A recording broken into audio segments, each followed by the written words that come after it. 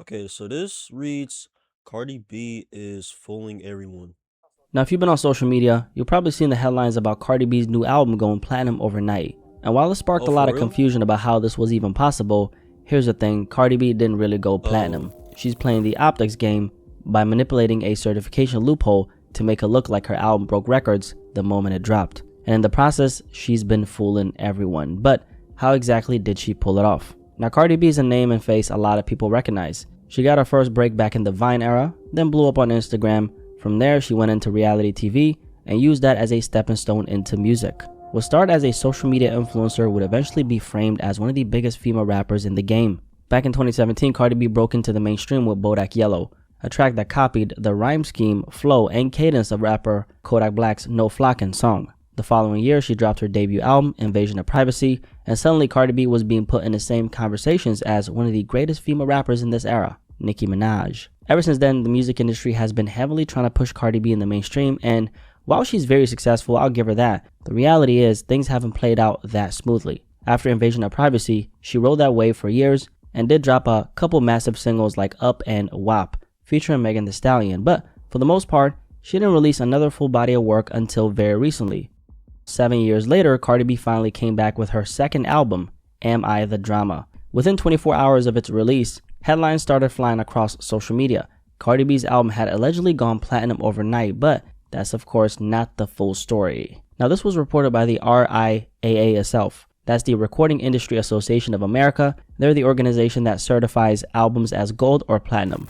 Cardi B has been rejoicing in this win, and of course her fans are celebrating along with her. But here's the thing, her album going platinum is only half the story, okay? On the two last tracks of this album, Cardi B included WAP and Up. WAP, I'm sure everybody remembers, the wet ass pussy record that dropped back in 2020. Some people call it a sex positive female empowerment anthem. I always thought it was just a raunchy, catchy song. Either way, it went on to become one of the most sexually explicit songs in history to ever top the Billboard Hot 100, and it was undeniably a huge hit. Then in 2021, she dropped Up, which also became a smash single. Now fast forward to today, Cardi B added both of these songs to her second album, and because of the way the RIAA's certification rules work, all the streams and sales of those singles have racked up over the last 4 or 5 years, automatically counted toward the album's certification.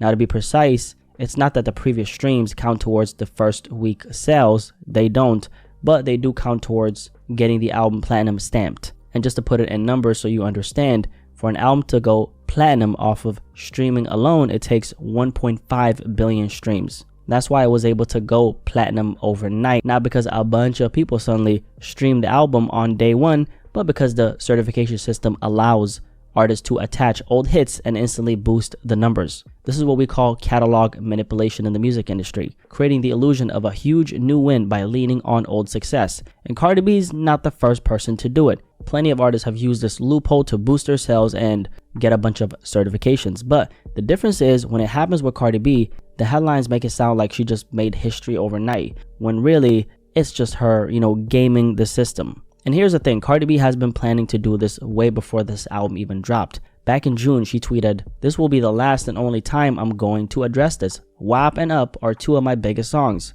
My fans have been asking me to put them on an album, and people search for them all the time. They deserve a home. I let haters make me not submit WAP for the Grammys, and at this point, I'm giving my fans what they want. These two songs don't even count for first week sales. So, what are y'all even crying about? Do you say anything when all these artists pull out all their little tricks and ponies to sell out? Exactly.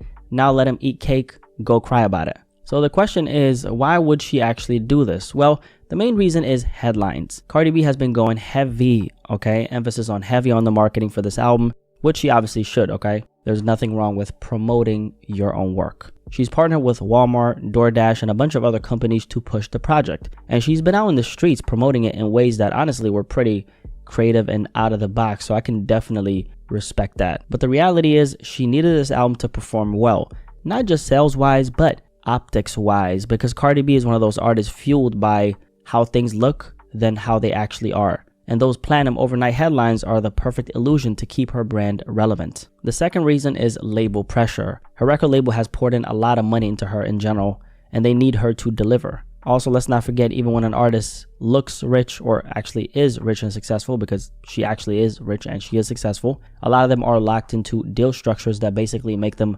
glorified employees. The classic example is the 360 deal, or what I like to call the slave deal, where the labels take a cut of everything you do, music, tours, brand deals, and even merch. And here's the bigger problem. People aren't just as interested in Cardi B as they used to be. Now, Cardi B is still popular, don't get it twisted, okay? But the conversation around her now are more about her personal life and the drama, am I the drama, she stirs up online rather than the music itself. This album is supposed to change that. So the people backing her up, her record label, want her to be cemented in the same tier as, let's say, a Nicki Minaj. But here's the difference. Cardi B herself has admitted that she only does music for the money. I like to make money.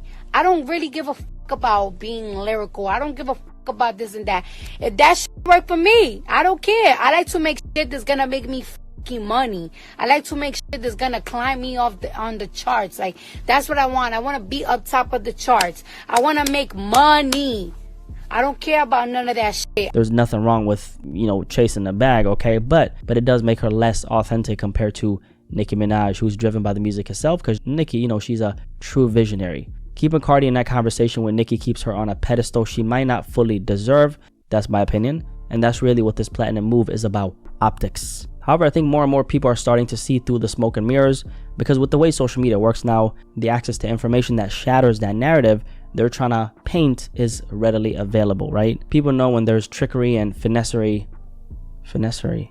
Did I just create a new term? People know when there's trickery and finessery going on, and that's why I don't think this move will play in Cardi's favor in the long run. Still, at the end of the day, marketing is marketing. She's trying to get to the general public because the casual listener who's not paying attention to what's really going on beyond the headlines will buy all this, right? And in that sense, maybe she wins either way, right? I want to ask you guys a question. Did you hear about this, and were you fooled by Cardi B's little finessery? I literally heard nobody use that word, okay? Finessery. I did that, okay? Like, were you guys fooled by her, finessery here? I have a feeling you weren't. Appreciate you guys so much for watching. No, I didn't really care. Yeah, I wasn't even paying attention to it.